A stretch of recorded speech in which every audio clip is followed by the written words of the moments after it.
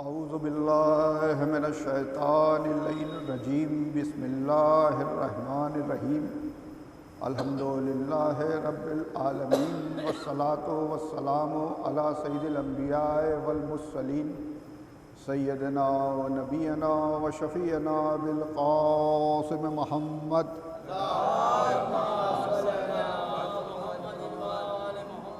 وآل طیبین الطاہرین المعصومین اما بعد فقد قال اللہ تبارک فی کتابہ المبین وہو اصدق الصادقین وخلق الحق بسم اللہ الرحمن الرحیم قال رسول اللہ صلی اللہ علیہ وآلہ وسلم یا علی انت وشیعتک ام الفائزون صلوات علیہ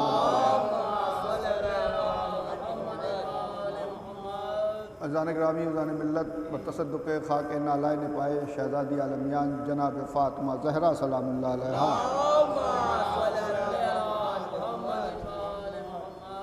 اجر رسالت کمیٹی کی جانب سے یہ استقبال اعضا کی جو 5 مجالس ہوتی ہے حسب دستور اس کی آج یہ پہلی مجلس کو پڑھنے کا شرف حاصل ہو رہا ہے۔ میں نے آپ کے سامنے جس حدیث کو سرنامہ سخن قرار دیا ہے یہ مشہور و معروف حدیث پیغمبر ہے، اور یہ حدیث اتنی مشہور ہے کہ مسلمانوں میں 73 فرقے ہیں، اور ان 73 فرقوں میں کوئی ایسا فرقہ نہیں ہے کہ جو اس حدیث کا مصداق اپنے کو نہ سمجھے۔ رسول نے فرمایا کہ یا علی آپ اور آپ کے شیعہ کامیاب ہیں دنیا میں بھی اور آخرت میں بھی۔ یا علی آپ اور آپ کے شیعہ فیضیاب ہوں گے دنیا میں بھی اور آخرت میں بھی۔ اور جب سے اس حدیث کو لوگ سنتے ہیں، آج سے نہیں 1400 سال سے یہ حقیقت ہے کہ ہر کوئی یہ دعویٰ کرتا ہے کہ ہم ہی علی کے شیعہ ہیں۔ اب رسول نے جو فرمایا کہ یا علی آپ اور آپ کے شیعہ کامیاب ہیں دنیا میں بھی اور آخرت میں بھی، تو یہاں مولا علی کی کامیابی کی کوئی مثال ہی نہیں دی جا سکتی ہے، بات ہی نہیں کی جا سکتی ہے۔ ہاں بات کی جا سکتی ہے تو علی کے شیعوں کی، کیونکہ مولا علی کی اگر آپ پوری سوانح عمری دیکھیے تو جو ایک چیز ہے جس کو ہر انسان سے کامیابی ملی ہے وہ اگر ناکام ہوئی ہے تو مولا علی کے سامنے وہ کیا چیز ہے؟ وہ ہے ناکامی۔ دیکھیے توجہ دیجیے گا اس بات کو کہ ہر انسان کی زندگی میں کامیابی اور ناکامی آتی جاتی رہتی ہے، کبھی کامیاب ہوا کبھی ناکام ہو گیا، کبھی کامیاب ہوا کبھی ناکام ہو گیا۔ ایک واحد ذات مولا متقیان کی ہے کہ ناکامی کو ہمیشہ ناکام ہی رہنا پڑا۔ ہر انسان کی زندگی میں کامیابی آتی ہے اور ناکامی آتی ہے، لیکن یہ صرف اور صرف واحد ذات ہے مولا علی کی کہ ناکامی کو اگر ہار کا منہ دیکھنا پڑا تو صرف اور صرف مولا علی سے۔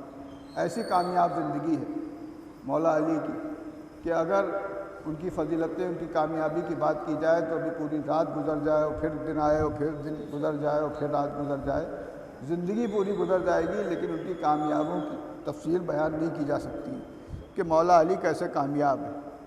ہاں اب یہ جو دعویٰ ہے لوگوں کا کہ ہم ہی وہ ہے جو علی کے دوست ہیں، علی کے شیعہ ہیں اور ہم ہی کامیاب ہیں، تو یہ کون لوگ ہیں، یہ کتنے لوگ ہیں، یہ کہاں پائے جاتے ہیں، یہ کہاں ملتے ہیں؟ تو اگر آپ تاریخ یہ دیکھیے اٹھا کے تو یہ رسول کی حدیث ہے، اور جب رسول کی حدیث ہے تو ظاہر ہے کہ اس حدیث کو وہی مانے گا اور وہی چاہے گا کہ جو رسول کو چاہتا ہوگا۔ بھئی یہ رسول کی بات ہے نا، اور جب رسول کی بات ہے تو رسولی کا چاہنے والا اس حدیث کو مانے گا اور کہے گا اور دعویٰ کرے گا کہ جو رسول نے فرمایا ہے اس کے مصداق ہم ہیں۔ تو اس کا مطلب یہ ہوا کہ جو علی کا دوست ہے یعنی علی کا شیعہ ہے وہی رسول کا بھی دوست ہوگا اور وہی رسول کا بھی شیعہ ہوگا۔ تو اب یہ شیعوں کی تاریخ کہاں سے دیکھی جائے؟ شیعوں کی تاریخ کہاں سے دیکھی جائے؟ تو یہ بات واضح ہو گئی کہ جو علی کا شیعہ ہے وہی رسول کا شیعہ ہے، کیونکہ یہ حدیثی رسول کی ہے۔ جب حدیثی رسول کی ہے تو جو علی کا شیعہ ہے وہی رسول کا شیعہ ہے، یعنی شیعہ کے مطلب ہوتے ہیں دوست کے۔ دوست کون ہوتا ہے؟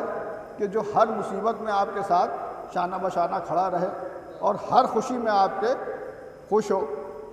تو خوشی میں خوش ہونے والے تو بہت مل جاتے ہیں، بھئی خوشی ابھی دیکھیے آپ 18 ذی الحجہ گزری ہے تو خوشی کا موقع تھا، تو کم سے کم جو تعداد ہے وہ 1.25 لاکھ کی تعداد تھی کہ بھئی خوشی کا موقع تھا۔ بھئی رسول کے لیے اپنی حیات طیبہ میں اتنی بڑی خوشی کبھی نہیں ملی جو غدیر کے دن ملی، رسول کو اتنی بڑی خوشی کبھی نہیں ملی جتنی غدیر میں ملی۔ تو خوشی میں تو سب تھے، اب سب تھے، اور سب تھے تو کیا سب کو کہا جائے کہ یہ رسول کے شیعہ تھے؟ نہیں، تو اب یہ کیسے پتہ چلے کہ اس میں رسول کے شیعہ کتنے تھے؟ تو اب اگر یہ دیکھنا ہو کہ اس میں رسول کے شیعہ کتنے تھے تو رسول کے اوپر کوئی مصیبت ہو، رسول کے گھر میں کوئی غم ہو تو اس میں دیکھا جائے گا کہ بھائی ان کے کتنے شیعہ ہیں۔ تو کہیں اور نہ جائیے، دیکھ لیجئے کہ رسول کے جنازے میں کتنے لوگ تھے، بس رسول کے جنازے میں جتنے لوگ تھے وہی رسول کے بھی شیعہ ہیں، وہی علی کے بھی شیعہ ہیں، وہی رسول کے بھی شیعہ ہیں اور وہی علی کے بھی شیعہ ہیں۔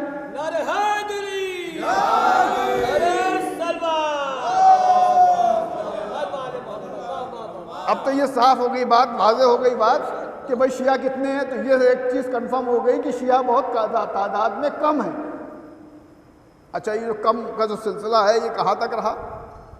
نہیں، ایک بار پھر اور موقع آیا، اور وہ موقع کب آیا کہ جب ظاہری خلافت پر مولا متقیان حضرت علی بن ابی طالب علیہ السلام تشریف فرما ہوئے،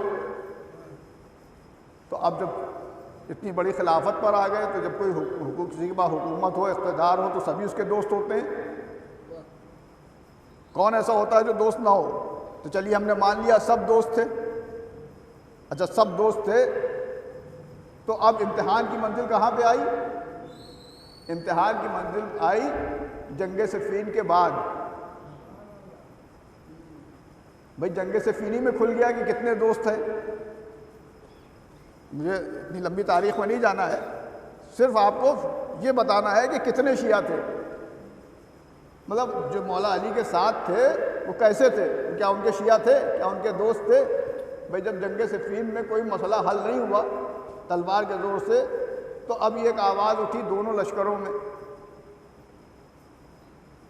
کہ بھئی جو ان دو لوگوں میں جو جھگڑا ہے تو وہ ایک فرد ان کے لشکر کا سامنے آ جائے اور ایک فرد ان کے لشکر کا سامنے آ جائے، اور وہ جس کو چاہے وہ فیصلہ کر لے، وہ فیصلہ کہ دونوں لوگ پابند ہوں گے، ایک آدمی مولا علی کی طرف کا حکم بنا دیا جائے اور ایک آدمی معاویہ کی طرف سے۔ تو جب یہ بات آئی تو مولا متقیان نے فرمایا کہ میری طرف سے مالک اشتر جائیں گے۔ اب آپ دیکھیے کہ مالک اشتر جائیں گے، تو اس پہ مولا علی کے ماننے والوں نے انکار کیا کہ ہم آپ کو تو مانیں گے کہ ان کو نہیں مانیں گے۔ یہ بالکل ویسے ہی بات تھی جیسے ماضی میں ایک نے کہا تھا کہ اللہ سے کہ ہم تجھ کو تو مانیں گے لیکن تیرے بنائے ہوئے کو نہیں مانیں گے، جس پہ اللہ کے جواب کیا آیا کہ وَكَانَ مِنَ الْكَافِرِينَ کہ تو کافروں میں سے تھا ہی۔ تو اب آپ یہ سمجھیے کہ جو علی کے لشکر میں تھے اور یہ کہہ رہے تھے کہ ہم آپ کو تو مانیں گے لیکن آپ مالک اشتر کو بنا کے بھیج رہے ہیں، ہم ان کو نہیں مانیں گے۔ تو بات یہاں پہ بھی وہی آئی کہ کتنے شیعہ تھے اور کتنے کافر تھے اس میں۔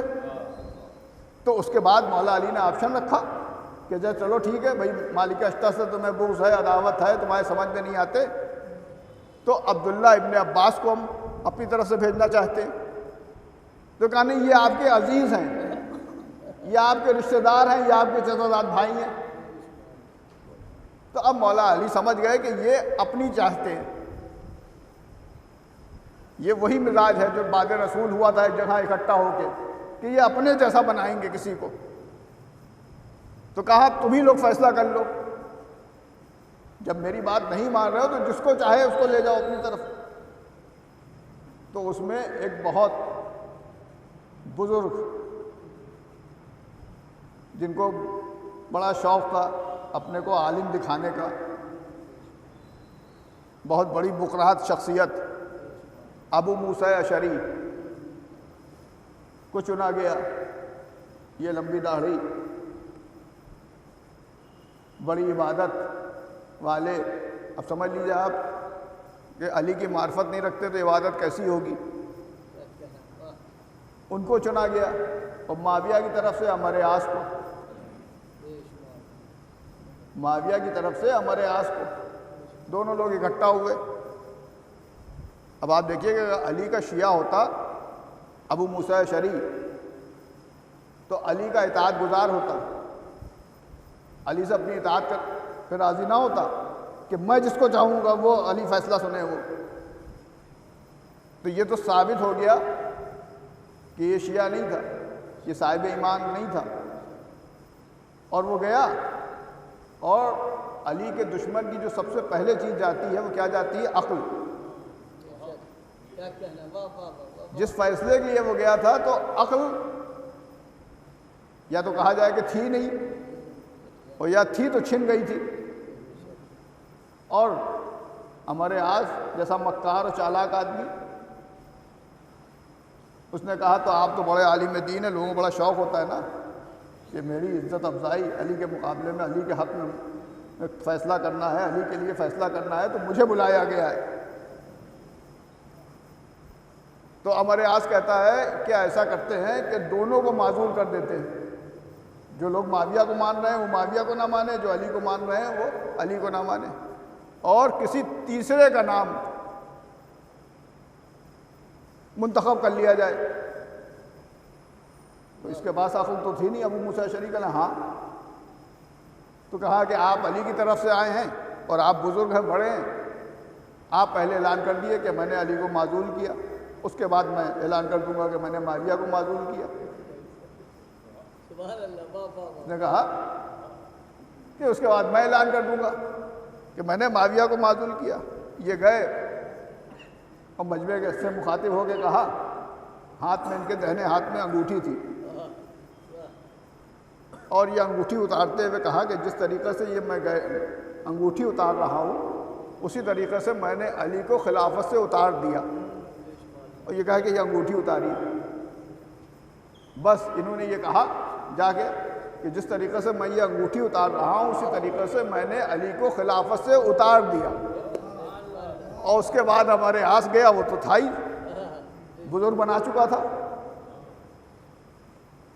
بزرگ بنا چکا تھا، عالم بنا چکا تھا. اور وہ گیا، اس نے کہا کہ میں بھی اس کی تائید کرتا ہوں کہ جس طریقے سے انہوں نے یہ انگوٹھی اتار کے علی کو معزول کر دیا اسی طریقے سے میں بھی انگوٹھی اتار کے علی کو معزول کرتا ہوں. اور اس کے بعد وہ انگوٹھی اس نے بائیں ہاتھ میں پہن لی اور یہ کہہ کے پہن لی، اور معاویہ کو خلافت دیتا ہوں. ایک صلوات بھیجے محمد والے محمد. تو آپ دیکھیے کہ کیا ہوا. یہ شیعہ تھے علی کے، یہ علی کے چاہنے والے تھے، یہ علی کے شیعہ تھے. اسی لیے ہمارے یہاں سخت تاکید ہے کہ بائیں ہاتھ میں انگوٹھی نہ پہنو. بائیں ہاتھ میں انگوٹھی پہننے کا مطلب ہے کہ دل میں نفاق ہونا. اگر آپ کے دہنے ہاتھ میں انگوٹھی ہیں اور اب دہنے ہاتھ میں جگہ نہیں، تب تو آپ بائیں ہاتھ میں پہن سکتے ہیں. ہمارے 11ویں امام حسن عسکری علیہ السلام نے فرمایا کہ بائیں ہاتھ میں انگوٹھی پہننے کے مطلب ہے کہ وہ منافق ہے. اگر دہنے ہاتھ میں آپ کے ساری انگلیاں بھر گئی ہوں اس کے بعد بھی آپ انگوٹھی پہننا چاہتے ہیں تب تو آپ بائیں ہاتھ میں پہن سکتے ہیں. لیکن ایسا نہیں ہو سکتا کہ دہنے ہاتھ میں انگوٹھی آپ کے نہ ہو اور آپ بائیں ہاتھ میں انگوٹھی پہنیں. کیوں؟ کیونکہ یہ سیرت وہاں کی ہے، اس فیصلے کی ہے. تو اب آپ دیکھیے کہ دعویٰ سب کر رہے ہیں کہ ہم شیعہ ہیں. اہل سنت والجماعت کا جو بہت بڑا عالم دین شاہ محدث دہلوی نے لکھا کہ جو رسول نے یہ حدیث ارشاد فرمائی اس کے مصداق ہم ہی لوگ ہیں اور ہم ہی علی کے شیعہ ہیں.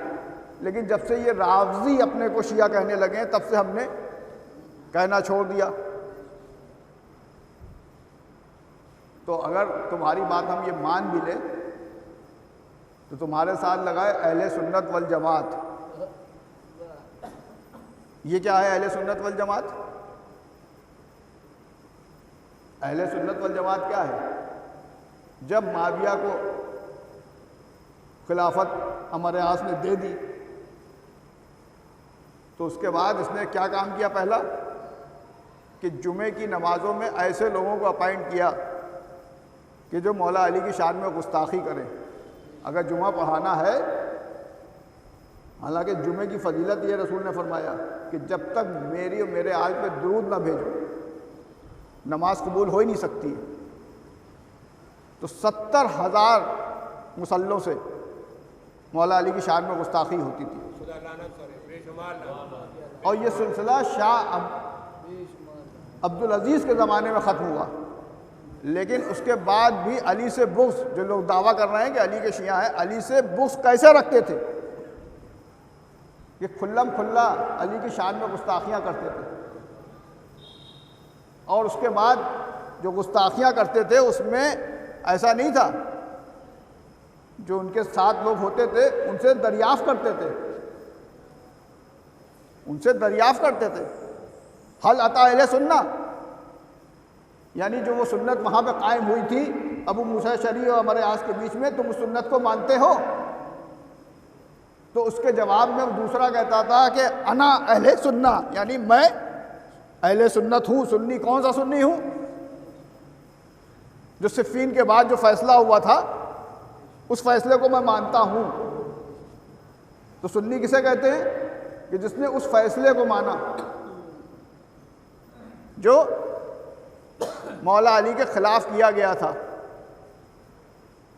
اب اس کے بعد وقت بڑھتا رہا تو اب اس کو اوپر پردہ کیسے ڈالا جاتا ہے کہ سنی کے مطلب ہے کہ جو سنت رسول پہ عمل کرے، وہ سنی نہیں جو سنت رسول پہ عمل کرے۔ سنی کون ہے؟ جس نے اس سنت کو مانا جو ابو موسیٰ اشعری اور عمر عاص کے درمیان ہوئی تھی۔ تو جب اس سنت کو مان لیا تب تم علی کے شیعہ کہاں رہے؟ اب لاکھ دعویٰ کرتے رہو کہ ہم علی کے شیعہ ہیں، علی کے شیعہ ہیں۔ علی کے شیعہ تم ہو ہی نہیں سکتے، کیونکہ تم اس گروہ کے ساتھ کھڑے ہوئے ہو۔ آپ بتائیں، جو علی کا شیعہ ہوگا، علی کا دوست ہوگا، یہ اس فیصلے کے ساتھ ہوگا کہ ملعون کہہ رہا ہے کہ ہم نے معزول کیا، ہم نے خلافت سے ایسے اتارا جیسے یہ انگوٹھی اتاری۔ تو یہ شیعوں کی تاریخ ہے کہ شیعہ ہمیشہ بہت تھوڑے سے رہے، مختصر سے رہے، اور امام حسن علیہ السلام کا زمانہ ایسا آیا کہ وہ تھوڑے سے بھی نہ بچے۔ جو سب سے زیادہ شیعہ تاریخ میں کسی کو ملے ہیں وہ صرف اور صرف امام حسین علیہ السلام کو۔ اتنے شیعہ ایک وقت میں نہ رسول خدا کو ملے، نہ مولا علی کو ملے، نہ امام حسین علیہ السلام کو ملے جتنے امام حسین علیہ السلام کو ملے۔ اور اس کے بعد آج تک، آج کی تاریخ تک اتنے شیعہ کبھی اکٹھا ہو ہی نہیں پائے دنیا میں، کبھی اکٹھا ہو ہی نہیں پائے۔ ورنہ چھٹے امام کے پاس جو لوگ آئے تھے دعویٰ کیا تھا تو آپ نے یہی جواب دیا تھا کہ صرف 16 لوگ میرے ساتھ ہو جائیں تو میں خون حسین کا بدلہ لینے کے لیے کھڑا ہو جاؤں، اپنی خلافت لینے کے لیے کھڑا ہو جاؤں۔ اور یہی وجہ ہے کہ آپ دیکھیے کہ ہم لوگ جتنے بھی ہیں یہ شیعہ نہیں، محب ہے، یہ سمجھ لیجیے آپ، کڑوی بات ہے تھوڑی، کیونکہ جس دن 313 شیعہ ہو جائیں گے اسی دن امام کا ظہور ہو جائے گا۔ زیادہ وقت نہیں لینا ہے، بہت زیادہ طویل گفتگو ہو جائے گی کہ شیعہ اور محب میں فرق ہے۔ ہم محب تو ہے، شیعہ نہیں ہے۔ ہاں ان کو چاہنے والے ہیں، ان کے دوست ہیں، ان سے محبت کرتے ہیں، اور یہ محب کا مرتبہ بھی کوئی چھوٹا موٹا مرتبہ نہیں ہے۔ اور یہ جو محب کا مرتبہ ہے، میں نے پچھلے سال یہ بات عرض کی تھی، پھر دوبارہ ریپیٹ کیے دیتا ہوں کہ یہ جو میں نے حدیث آپ کے سامنے بیان کی کہ یا علی آپ اور آپ کے شیعہ کامیاب ہیں دنیا میں بھی اور آخرت میں بھی. تو اگر ہم محب ہیں لیکن کام ہم نے سارے شیعت والے کیے ہیں، کیونکہ ہم محب ہیں لیکن ہم نے سارے کام شیعت والے کیے ہیں، یعنی اس درجے کے محب ہیں کہ کوئی کہہ نہیں سکتا ہے کہ یہ شیعہ نہیں ہے، اور ہم گواہی بھی نہیں دیتے کہ ہم شیعہ ہیں بلکہ دوسرے کہتے ہیں یہ شیعہ ہیں. اب اس سے بڑا ثبوت کیا ہوگا؟ ہم کسی سے نہیں کہتے کہ ہم علی کے شیعہ ہیں، ہم علی کے شیعہ ہیں، بلکہ لوگ کہتے ہیں کہ یہ علی کے شیعہ ہیں، یہ علی کے ماننے والے ہیں، یہ علی کے دوست ہیں. تو یہ مرتبہ ادھر سے ملا ہے صرف محب ہونے کی وجہ سے، اور چھوٹے موٹے محب بھی نہیں ہیں. اور اس حدیث کے مصداق بھی ہیں کہ یا علی آپ اور آپ کے شیعہ کامیاب ہیں دنیا میں بھی اور آخرت میں بھی. تو دنیا کی نظر میں جو کامیابی ہے، کامرانی ہے، وہ دولت ہے، حکومت ہے، اقتدار ہے، تاج و تخت ہے، یہی سب تو کامیابی ہے. یہی کانسیپٹ ہے ہمارے دماغ میں بھی، آپ کے بھی دماغ میں. صاحب بہت کامیاب ہو گئے، کچھ بھی نہیں تھے، دیکھیے ماشاءاللہ اللہ نے کیسا نوازا، کیسے کروڑ پتی ارب پتی بن گئے. دیکھیے کل کو یوں ٹہلا کرتے تھے، آج منسٹر بنے ہوئے. تو معیار یہاں یہی ہے کامیابی کا، حالانکہ اس کو کامیابی نہیں کہتے. یہ حدیث کسی عام آدمی نے نہیں کی، یہ حدیث وہ کہہ رہا ہے کہ جس کے لیے اللہ کہہ رہا ہے اپنی کتاب میں کہ میرا رسول لب کھولتا ہی نہیں بنا میری مرضی کے. قرآن گواہی دے رہا ہے، کبھی صاحب طہا کہہ رہا ہے، کبھی صاحب یاسین کہہ رہا ہے، کبھی صاحب مزمل کہہ رہا ہے، کبھی صاحب مدثر کہہ رہا ہے، وہ فرما رہے ہیں. تو کامیابی کا مطلب یہ ہوتا ہے کہ جو چیز میں ہم کامیاب ہوں وہ ہمارے پاس ہمیشہ باقی رہے، کیونکہ کامیابی کے بعد اگر ناکامی آ جائے تو اس کامیابی کو بھی ناکامی سمجھا جائے گا. اس سے اچھا تھا تو ہوتے ہی نہ صاحب، کیا فائدہ ہوا؟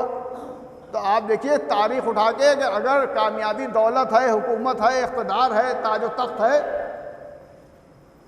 تو ہر کامیاب آدمی جو اس کے ذریعے سے کامیاب رہا، کیا ہمیشہ وہ کامیاب رہا؟ نہیں، ہر کامیاب آدمی کو کامیابی کے بعد ناکامی کا منہ دیکھنا پڑا. اگر دولت مند ہے تو اس نے یا اس کی اولادوں نے غربت دیکھی. اگر صاحب حکومت ہے تو حکومت زیادہ دن کر نہیں پایا، چھین لی گئی. اور اگر نہیں چھینی، تا حیات حکومت کرتا رہا تو اس کی اولاد کے حصے میں حکومت نہیں آئی. یہ سارے مشاہدے آپ کے سامنے. تو تاج و تخت و حکومت و اقتدار اگر کسی کو مل گیا تو وقتی ملتا ہے، اور جو چیز وقتی ملے وہ کامیابی نہیں ہے، وہ ناکامی ہے کہ اس سے اچھا تو ملتا ہی نہ. کامیابی اسے کہتے ہیں کہ جو چیز آپ کو دی جائے، جو چیز آپ حاصل کریں وہ ہمیشہ آپ کے پاس باقی رہے، وہ ہمیشہ آپ کے پاس باقی رہے. تو علی کے شیعوں کی کامیابی کیا ہے؟ علی کے شیعوں کی کامیابی کیا ہے؟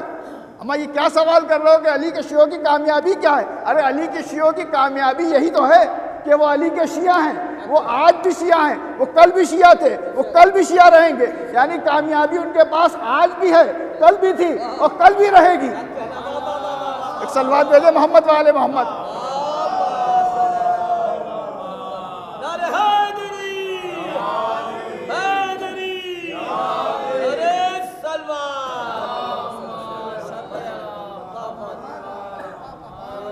کوئی چیز کامیابی ملی ہے، دولت ملتی ہے چھن جاتی ہے، حکومت ملتی ہے چھن جاتی ہے، اقتدار ملتا ہے چھن جاتا ہے. لیکن علی کے شیعوں سے کوئی شیعت چھین کے دکھائے کہ کوشش نہیں کی گئی؟ نہیں، 1400 سال سے یہی کوششیں جاری ہیں. کوئی دوسرا کام ہی نہیں دشمن کے پاس، صرف ایک کام ہے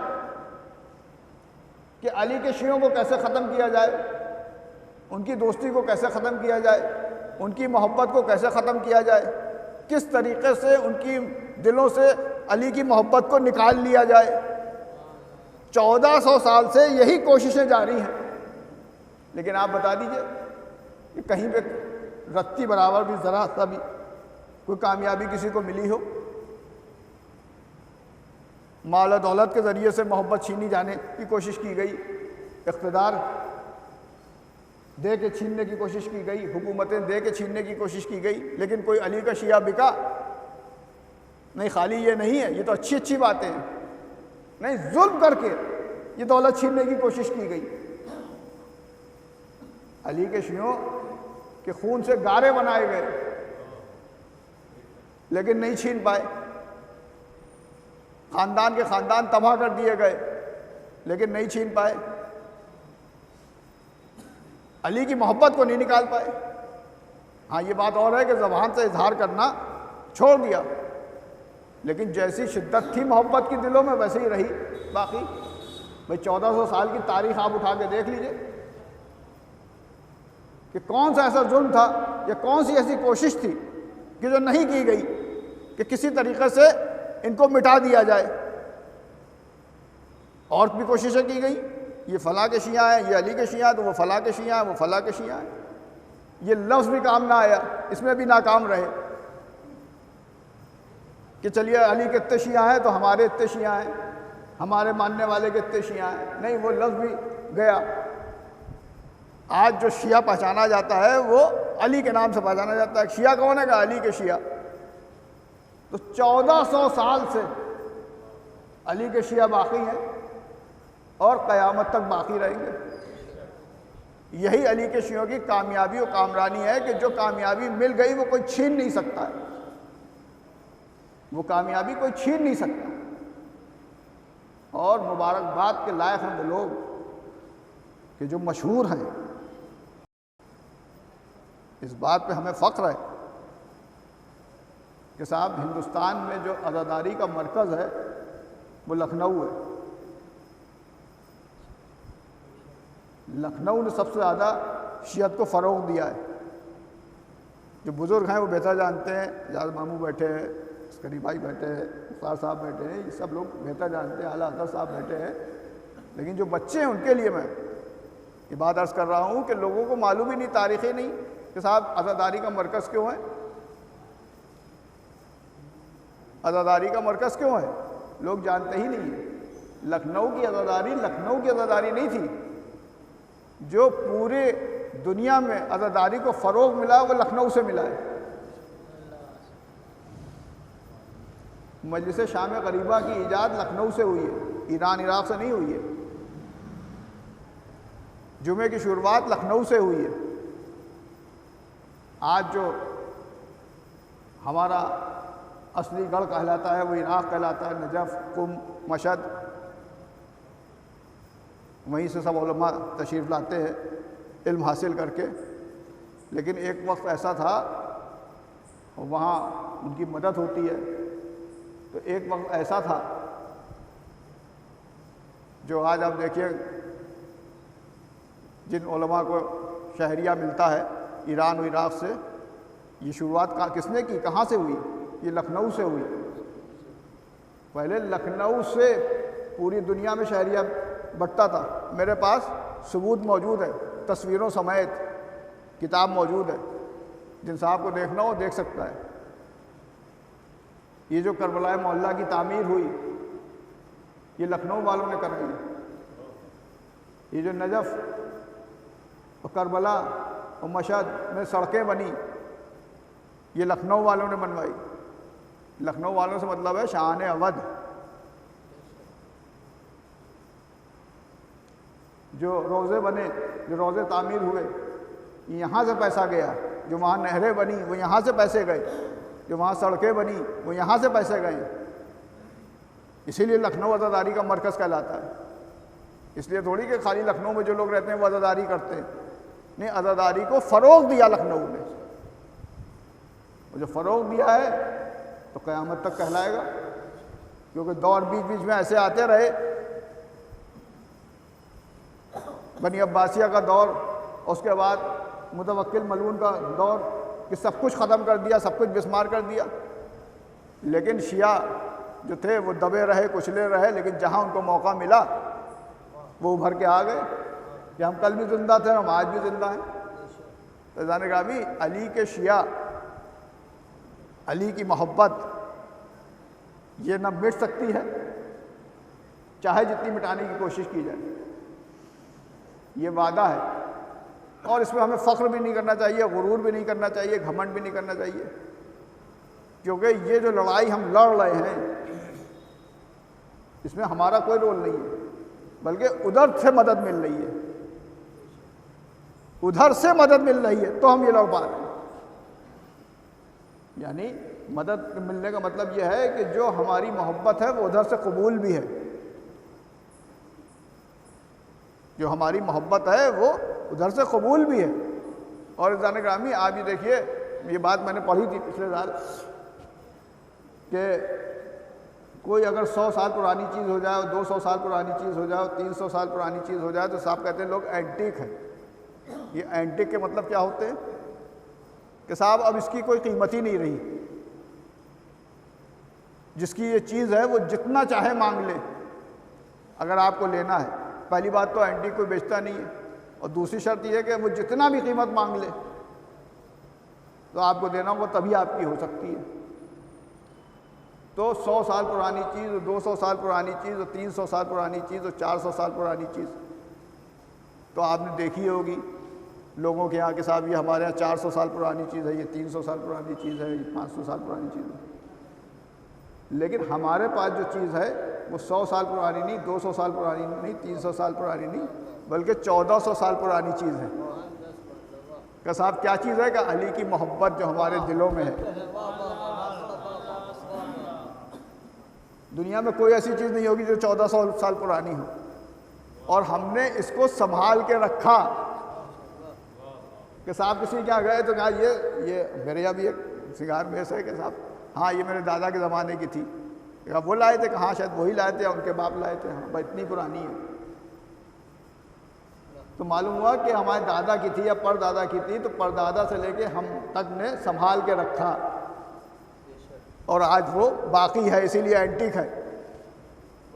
آج وہ باقی ہے اسی لیے اینٹیک ہے۔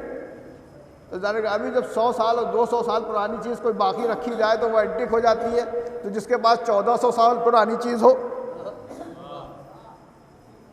اس کی قیمت کون دے سکتا ہے؟ اب یہ سمجھ لو کہ لاکھ تم خریدنا چاہو خرید نہیں سکتے، کیونکہ ہمارے پاس جو دولت ہے وہ 1400 سال پرانی دولت ہے، 1400 سال پرانی دولت ہے۔ اور یہ دولت کیسے فائدہ پہنچاتی ہے؟ ایک بات اور صاف کر دیں، واضح کر دیں، ہم آپ کے سب کے مزاج کی بات ہے کہ رسول نے فرمایا کہ یا علی نہیں کرے گا وہ محبت تم سے جو غیر حلالی ہوگا، اور نہیں روک سکے گا وہ محبت اس سے کہ جو حلالی ہوگا۔ تو یہ بات، یہ حدیث تو آپ نے سنی ہے نا، تو اب اس سے یہ بھی بات صاف ہو جاتی ہے، واضح ہو جاتی ہے کہ ہم حلالی ہیں۔ اچھا ہم حلالی ہیں تو وہ خوبی کی بات نہیں ہے، نہیں، ہمارے پاس یہ دولت ہے 1400 سال پرانی، تو ہم ہیں حلالی، لیکن ہمارے آباء و اجداد یہ سلسلہ 1400 سال پرانا ہے نا، تو ہم 1400 سال پرانے حلالی ہے۔ اب اگر کوئی علی کا دشمن آپ کو دکھے تو سمجھ لیجیے گا یہ دشمن نہیں ہے، بلکہ اس کا باپ بھی دشمن تھا، اس کا دادا بھی دشمن تھا، اس کا پردادا بھی دشمن تھا، اس کے آباء و اجداد سب کے سب غیر حلالی ہیں۔ ایک صلوات بھیجے محمد وعلے محمد۔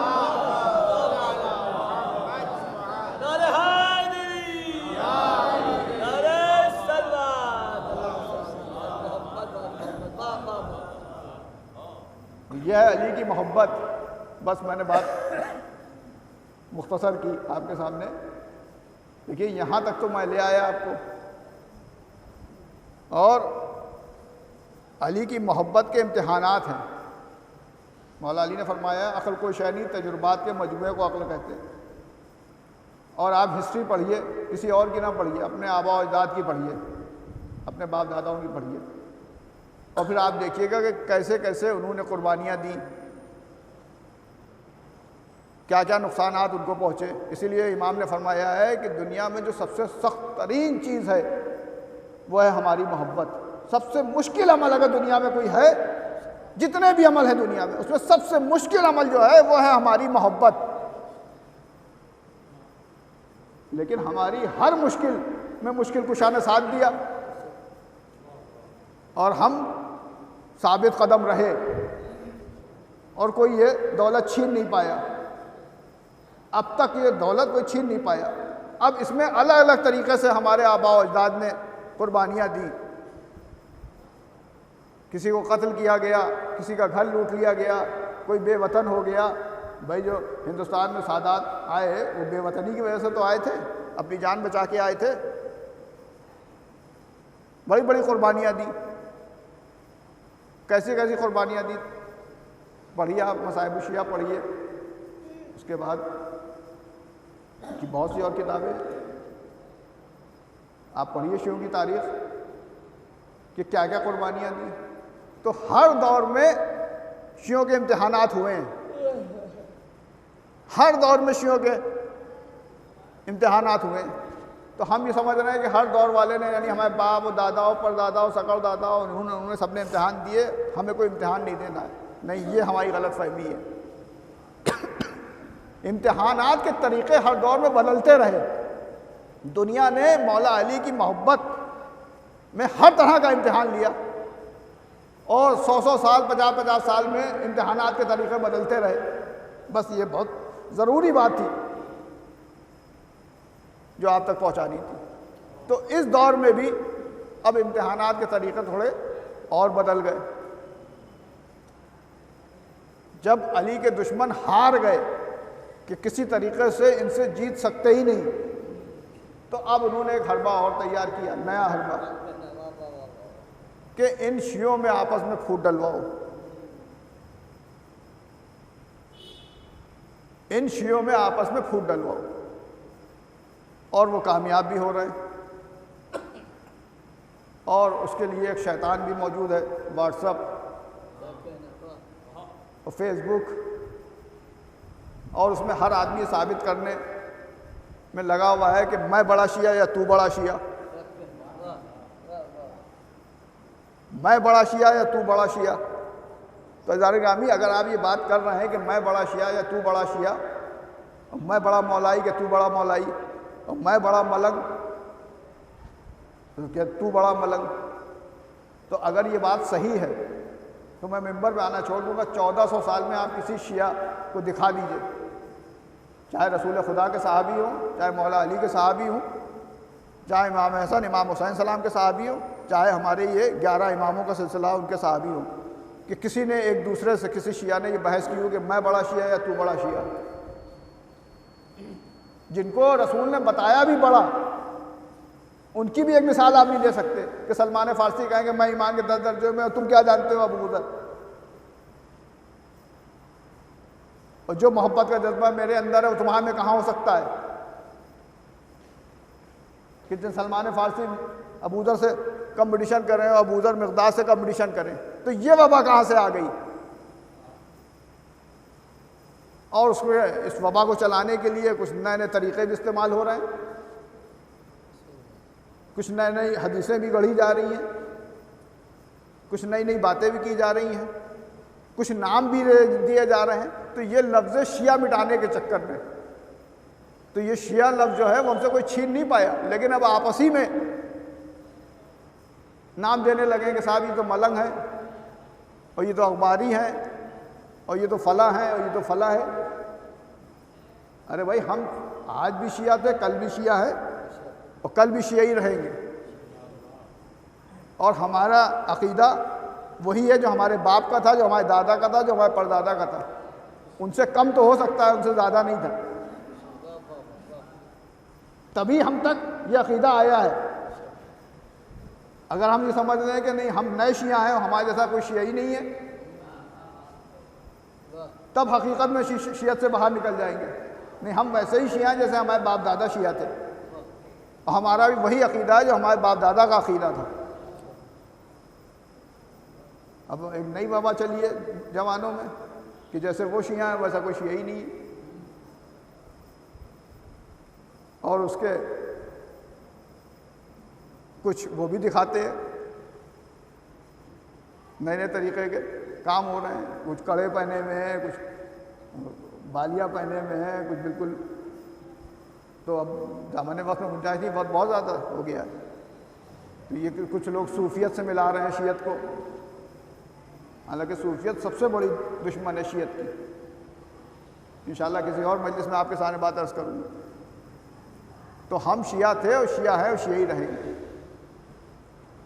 تو ہمارا کام تو آسان ہمارے بزرگوں نے کر دیا ہے، لیکن اب ہمارے اوپر یہ واجب ہے کہ ہم اپنی نسلوں کے لیے کام آسان کر کے جائیں، اس خلفشار میں چھوڑ کے نہ جائیں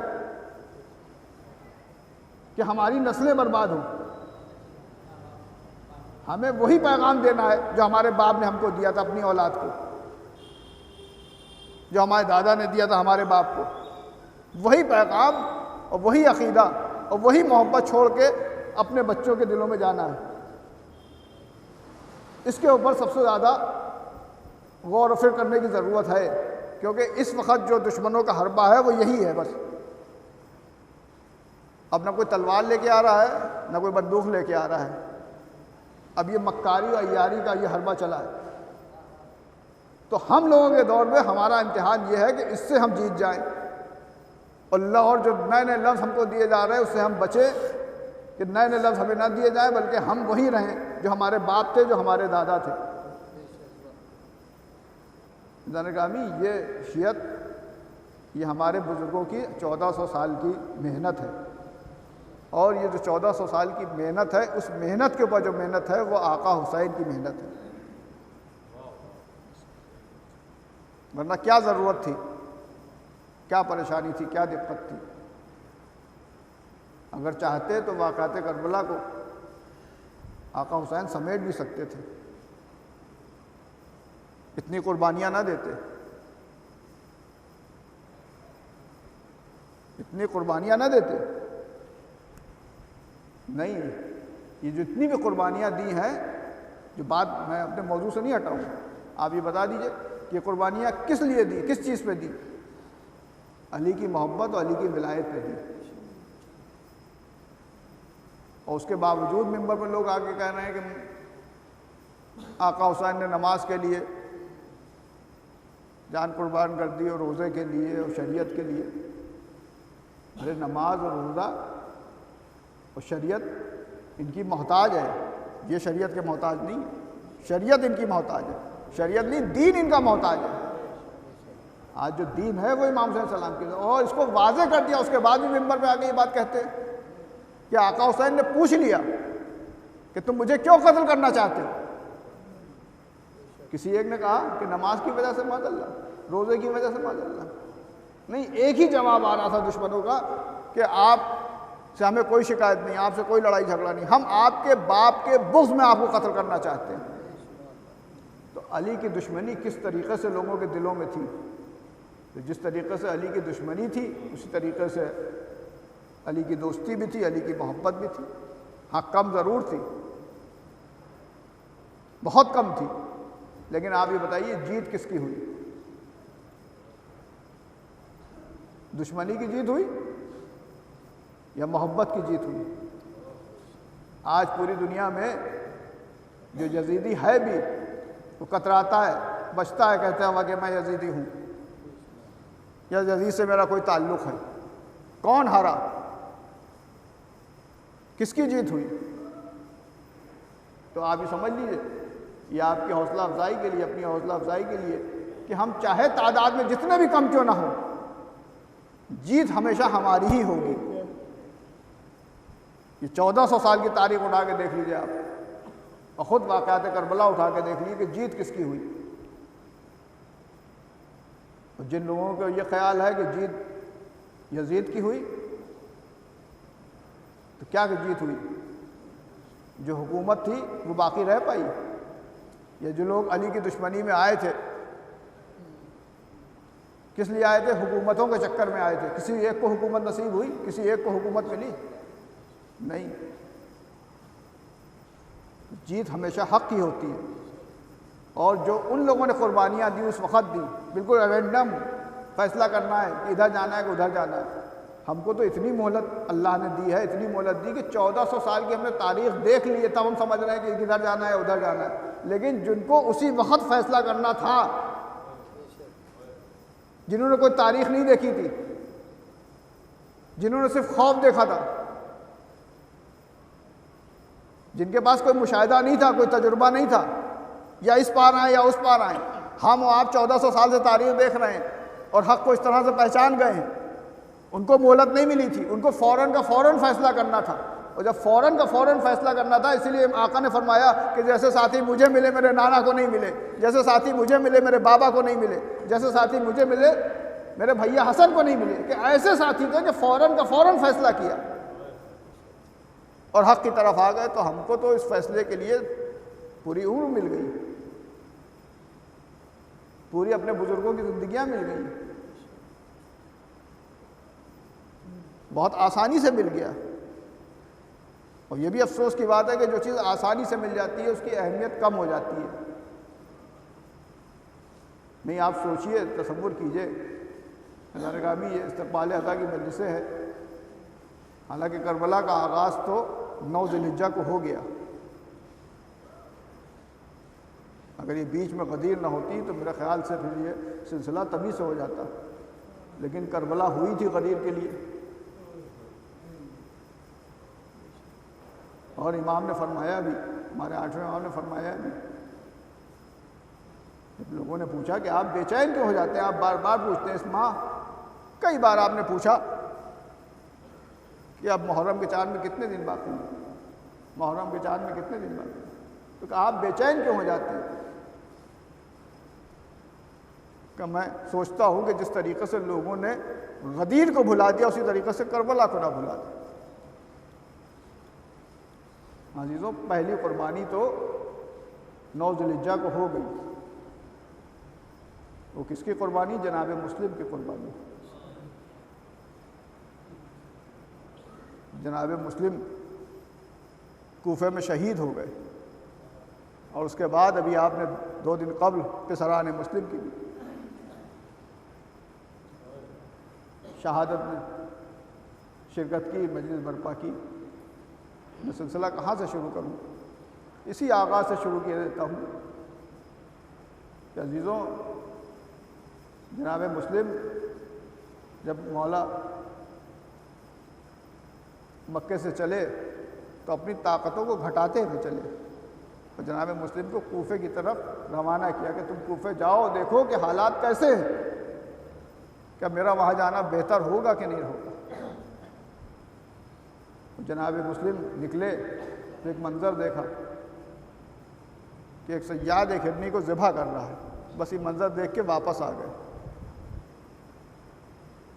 اور آ کے آقا حسین سے فرمایا کہ آقا یہ سفر اچھا نہیں معلوم دیتا. آقا حسین نے فرمایا کہ مسلم تم نہیں جانا چاہتے ہو تو میں کسی دوسرے کو بھیج دیتا ہوں.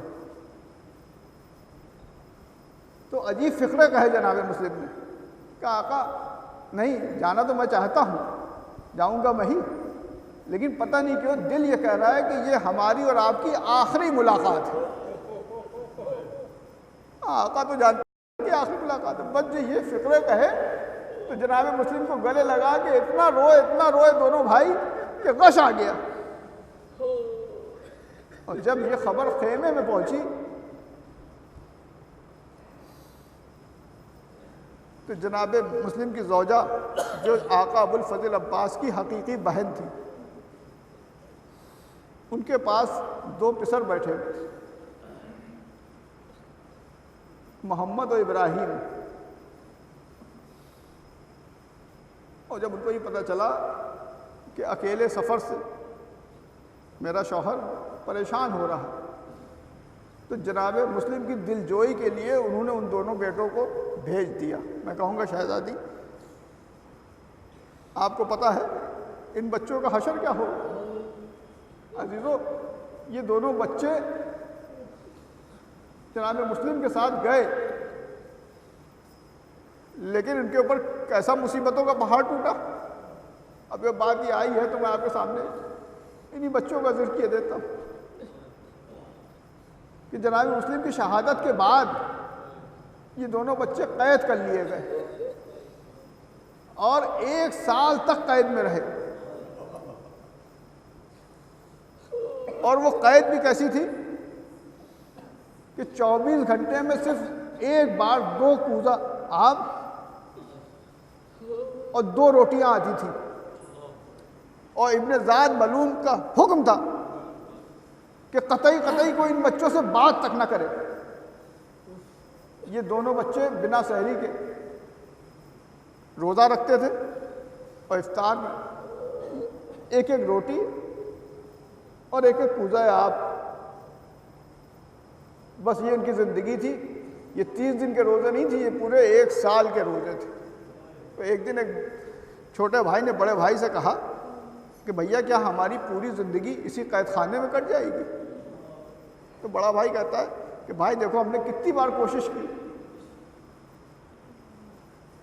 اس داروغہ زندان سے، داروغہ زندان بدلتے رہتے ہیں لیکن کوئی بھی ہم سے بات نہیں کرتا. تو چھوٹا بھائی کہتا ہے کہ بھائی آج میں بات کروں گا. کون تھا؟ یہ مسلم کا بیٹا تھا، اس کو جلال آ گیا، یہ آقا ابوالفضل عباس کا بھانجا تھا. آج میں بات کروں گا. یہ کیسے بات نہیں کرے گا؟ جب داروغہ زندان آیا اور روٹی رکھ کے بس چاہتا تھا کہ وہاں سے نکل لے، تو چھوٹا بھائی ہاتھ پکڑ لیتا ہے کہ بھائی میں تم سے بات کرنا چاہتا ہوں، کہ ہمارے لیے یہ حکم ہے ابن زاد کی طرف سے کہ تم سے بات نہ کی جائے. اللہ اکبر! یہ بچے بات کرنے کے لیے ترس گئے تھے. ان بچوں کو یہ خبر نہیں تھی کہ آقا حسین کربلا کے میدان میں شہید ہو گئے. یہ چاہتے تھے کہ کسی طریقے سے آقا حسین کو پتہ چل جائے کہ ہم اس قید خانے میں ہیں تو آقا حسین ہم کو یہاں سے نکال لے جائے. اب یہ گھرانے کی بات تھی کہ کم سے کم مفہوم میں زیادہ سے زیادہ بات. بس کیا کہنا چاہتے ہو جلدی بتاؤ. کم از بس تجھ سے اتنا پوچھنا چاہتا ہے کہ تو رسول خدا کو جانتا ہے؟ کہاں؟ وہ تو ہمارے نبی ہیں، وہ نبی برحق ہیں، ہم ان کا کلمہ پڑھتے ہیں، ہم مسلمان ہیں. کہا تو اگر رسول خدا کو جانتا ہے تو علی مرتضیٰ کو بھی جانتا ہوگا. کہا تم کیسی بات کرتے ہو؟ علی مرتضیٰ؟ ارے وہ ہمارے مولا ہیں. کہا اچھا وہ اگر تیرے مولا ہے تو حسن مجتبیٰ کو بھی جانتا ہوگا. بس نام حسن مجتبیٰ کا تک آیا کہ ایک مرتبہ گھبرائے کہتا ہے کہ بچوں تم ایسے ایسے نام لے رہے ہو، تم خود کون ہو؟ تو رو کے کہتے ہیں ہم پسران مسلم ہیں. بس یہ سننا تھا کہ اپنے پیشانی کو دیوار پہ دے مارا اور سر پکڑ کے بیٹھ گیا کہ ہماری عقل کو کیا ہو گیا تھا. ارے اتنا بڑا ظلم ہم نے کیا. ارے اس ملعون نے کہا تھا بات نہ کرنا، لیکن ہمیں تو دیکھنا چاہیے تھا کون بچے ہیں. اس کے بعد رو کے کہتا ہے کہ بچوں اب اس گناہ کا کوئی کفارہ نہیں ہے. اب میں رسول خدا کو کیا منہ دکھاؤں گا؟ میں جانتا ہوں اب میری معافی نہیں ہے، لیکن پھر بھی میں اتنا کرنا چاہتا ہوں کہ اب یہ دروازے تمہارے لیے کھلے ہیں. بس تم جلدی سے یہاں سے نکل جاؤ اور کوشش یہ کرنا کہ صبح ہونے سے پہلے تم کوفے سے باہر نکل جانا، ورنہ ابن زاد کے ہاتھ آئے تو یہ چھوڑے گا نہیں. اس کو کہتے ہیں شیعہ، علی کا شیعہ. علی کا شیعہ کون ہوتا ہے؟ یہ داروغہ زندان جس کا نام تاریخ میں مشکور لکھا ہے. کوئی دوسرا ہوتا تو بچوں کو آزاد کیا تھا، اپنے بیوی بچوں کو لیتا، مال اسباب لیتا، وہ بھی جلدی سے کوفہ چھوڑ دیتا.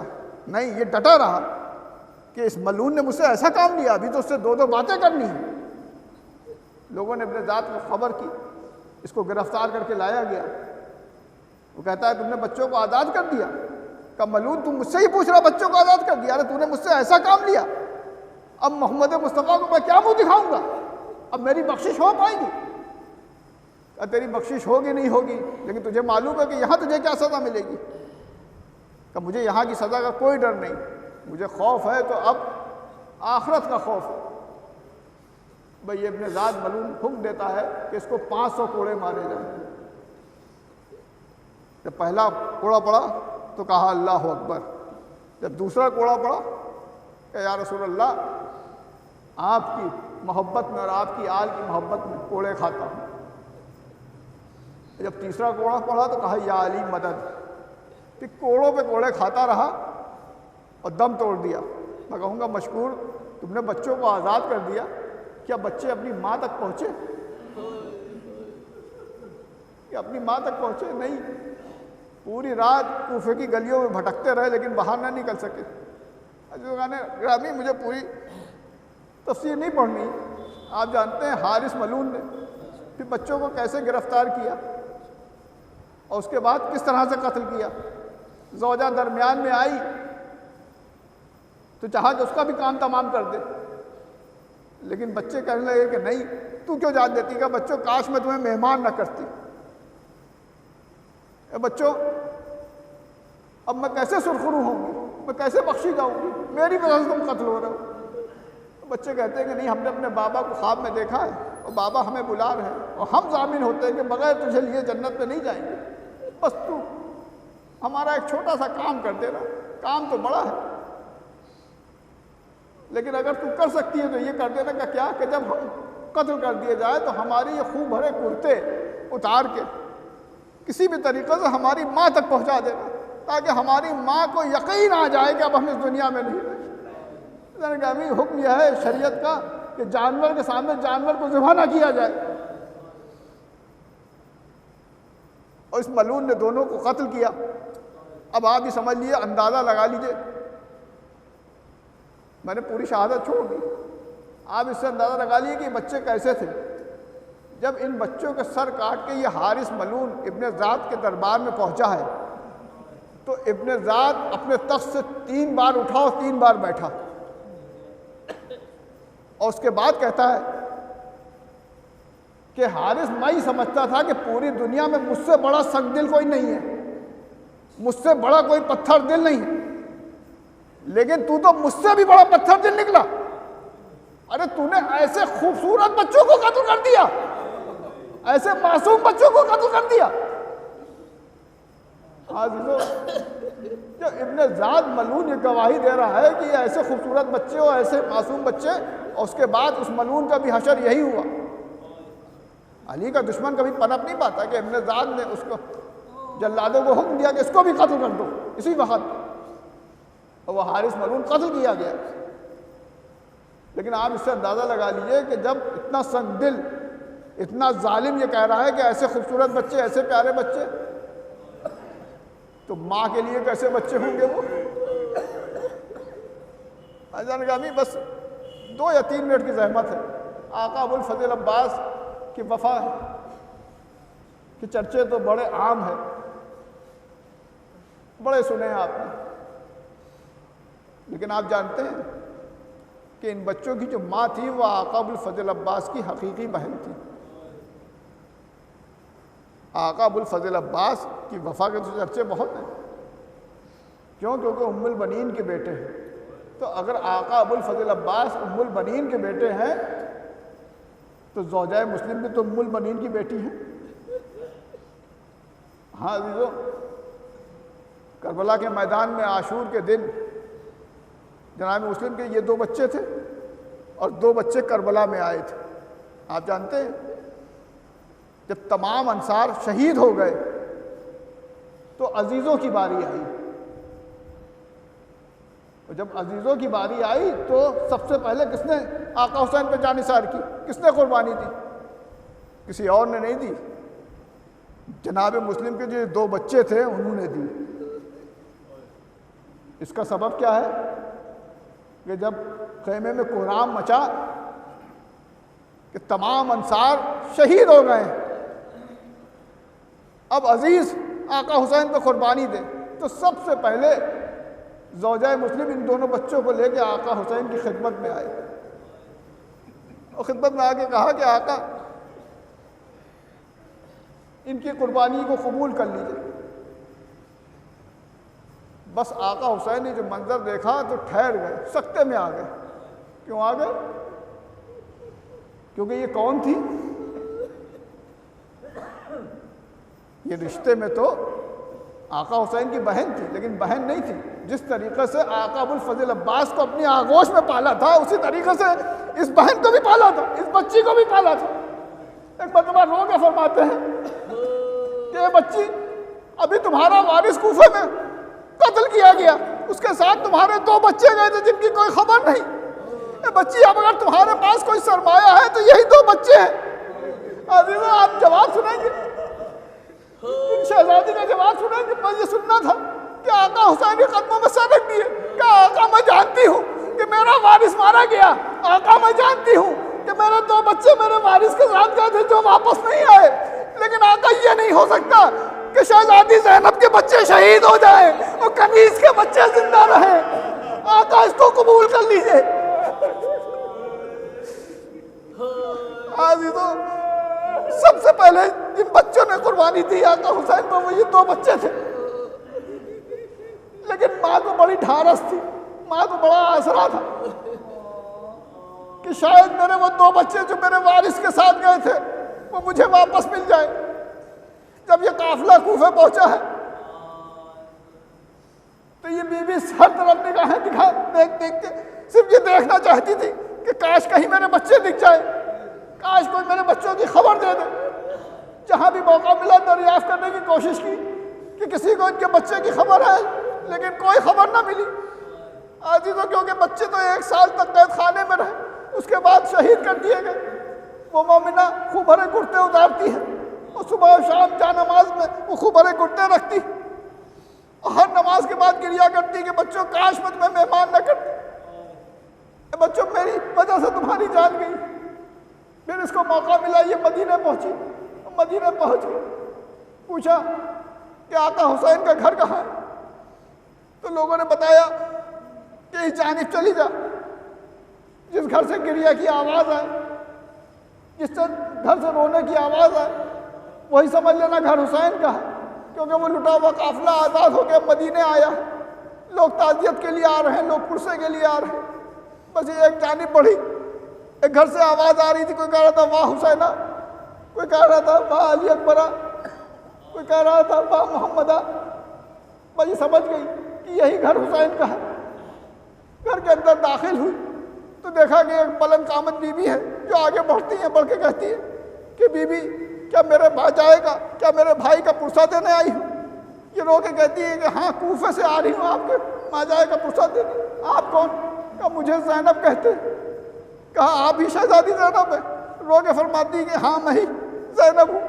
بس اب یہ گفتگو چل رہی تھی کہ ایک اور بلند قامت بی بی آگے بڑھی، بڑھنے کے بعد کہتی ہے اے بی بی تم کوفے سے آ رہی ہو اور تم کوفے سے آ رہی ہو، تمہارے پاس سے میرے بچوں کی خوشبو آ رہی ہے، کیا تم میرے بچوں کو لے کے آئی ہو؟